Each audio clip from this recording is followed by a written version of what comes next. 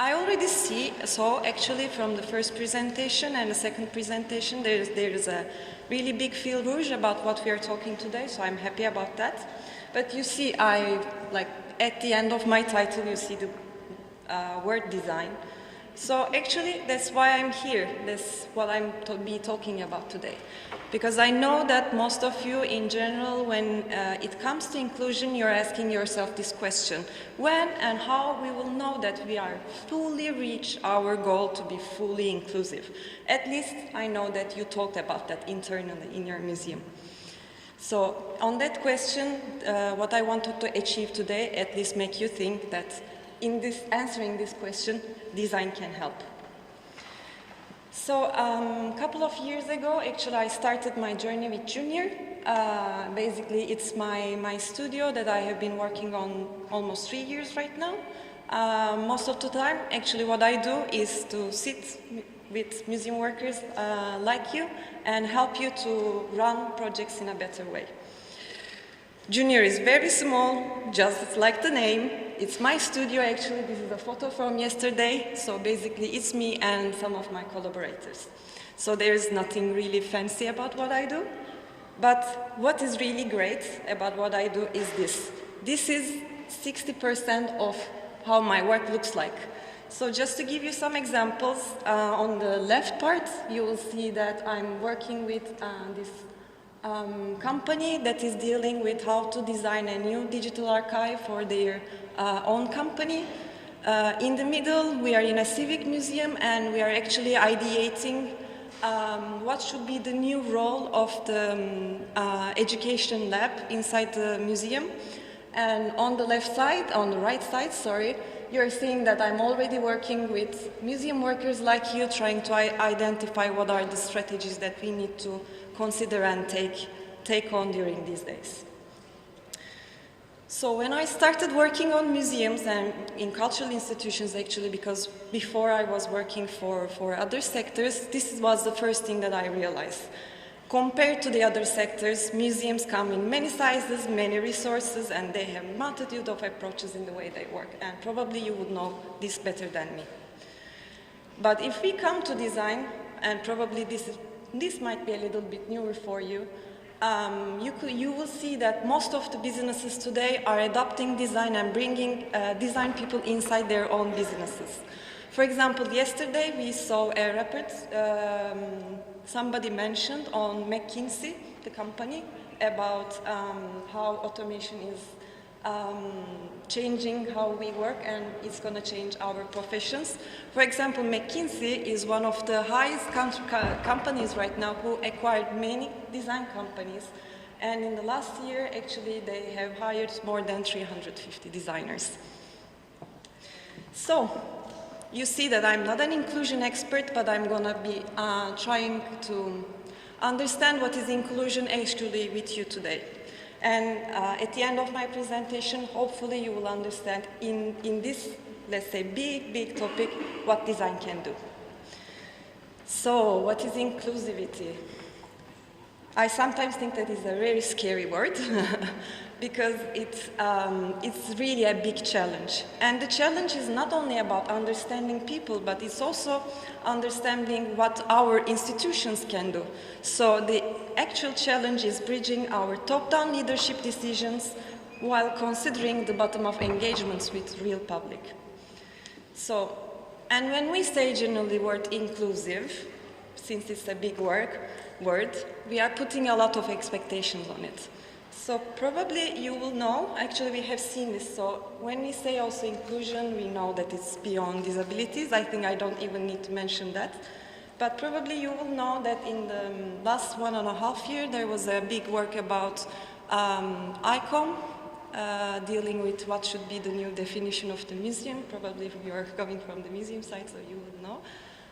So many countries, they opened a pool, so many countries offered their definitions. And actually, if you see all these definitions, the word inclusiveness just continues like a fil rouge. So for example, let's go to Kenya. This was the proposal of Kenya. They said inclusion in meaning that inclusive of communities. So my community, my audience. Let's see another one. Here we see that the to be inclusive, the museum needs to adapt to the society and understand the needs and the expectations of public. So our focus is again on audiences, but it's more about flexibility and empathy. Let's see another one, Portugal. I really love this one.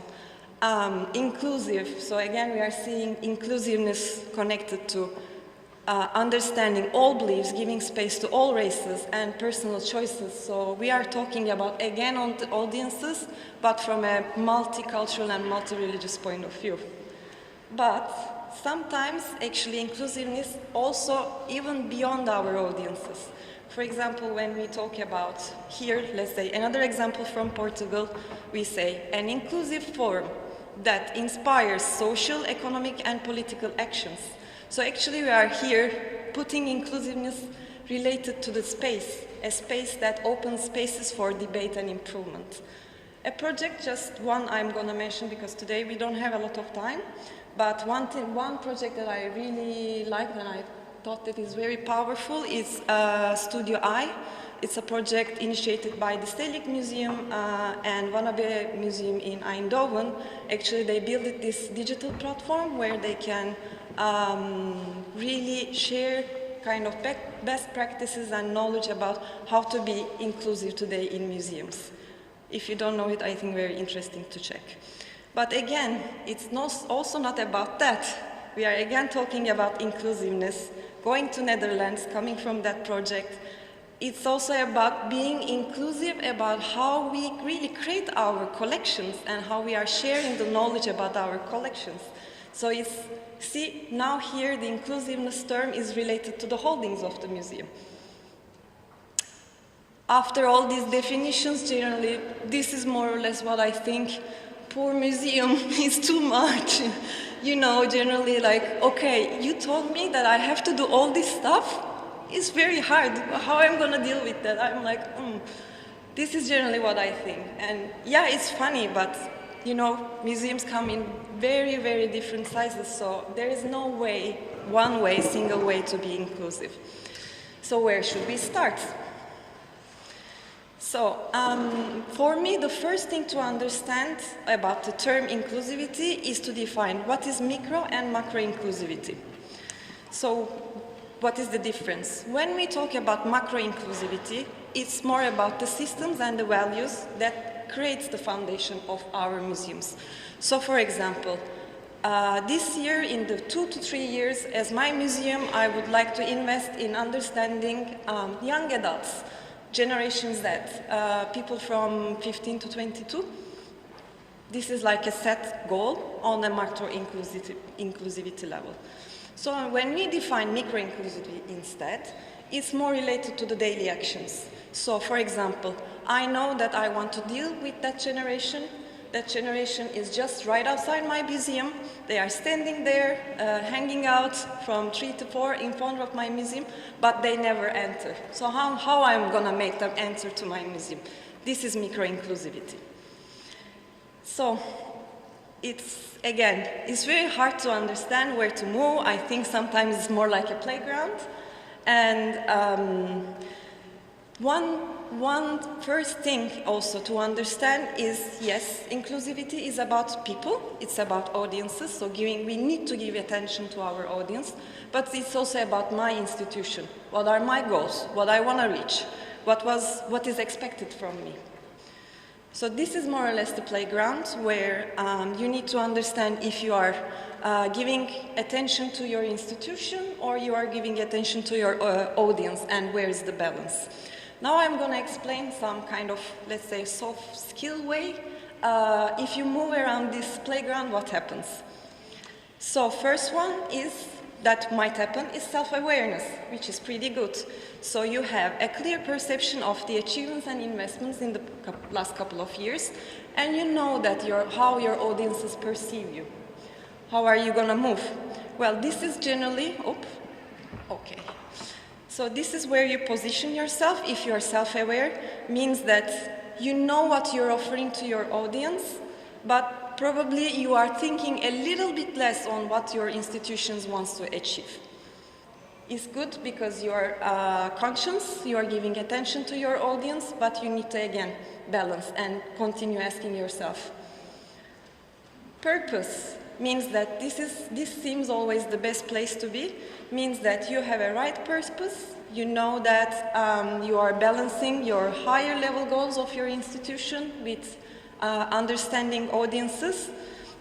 So you are on the, it's a little bit later than I think I'm changing, okay. So you know that you are giving a lot of attention to your audience and you are giving a lot of attention to your institution. It seems like the best place.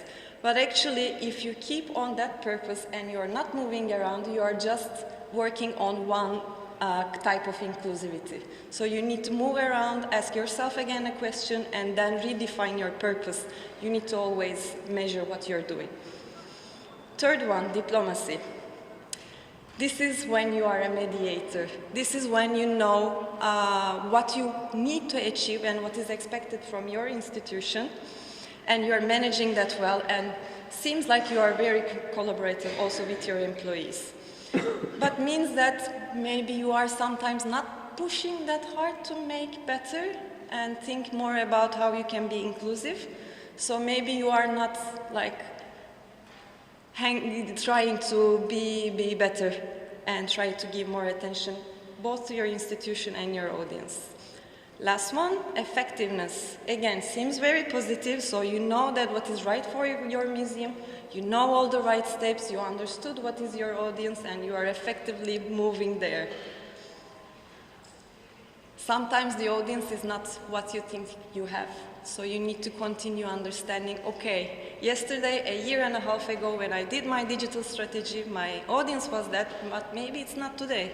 So you need to keep asking yourself, understanding, okay, today, right now, who is my audience? I said 4 + 1, so last one is confidence.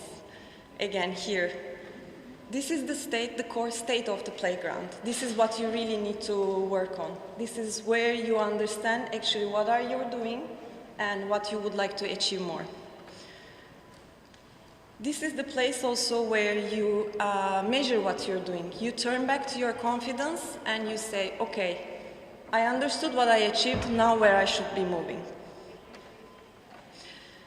So again, everything seems a little bit high level, and you say, okay, but how I'm gonna know how I'm gonna move around this playground? I would like to end my presentation with some design methods that are gonna, I hope, that are gonna help you to understand better how are you gonna move in this playground. So first one is understanding expectations deeply, understanding your audiences.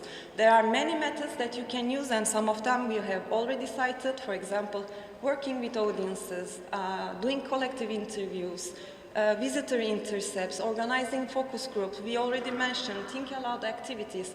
Just try to spend some time understanding what your audiences expect. Invest in this, because sometimes if you lose this, you invest to other stuff much, and actually in any case you are losing the sight of who is actually your audience. Second one, adopting agile practices to test ideas. So try to be a little bit a free bird, saying that you just give space to experiment a little bit more. There is a problem that you realize that, for example, we mentioned museum labels are not working because people are having a hard time to understand them or either to read them. You don't have to change everything. You can just start by 3. Test them, show to your audience and say, what do you think? Is it working?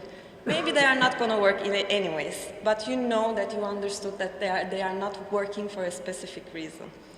And last one, and I think this is very, very important, is design for a minimal viable experience, meaning that it's great to think big, it's great to think in 3 years, but until to arrive there, you need smaller steps, like going up to the mountain. So try to define, if you want to achieve that goal, what are going to be the steps that you are going to think. In this one, it's really important, the road mapping exercise for me, because it's not going to only explain you what are the steps, but it's going to give you also a broader point of view on all the people inside your institution. It's going to help you to break the silos, put together the people from the education department to the exhibition department, and try to understand step by step to achieve that inclusivity goal, what are the things that you need to change. So today is a very short time and there are very small tips for you, but actually there are so many tools, even not these. So if you're curious and if you want to check more, there is a free document on the website. And thank you.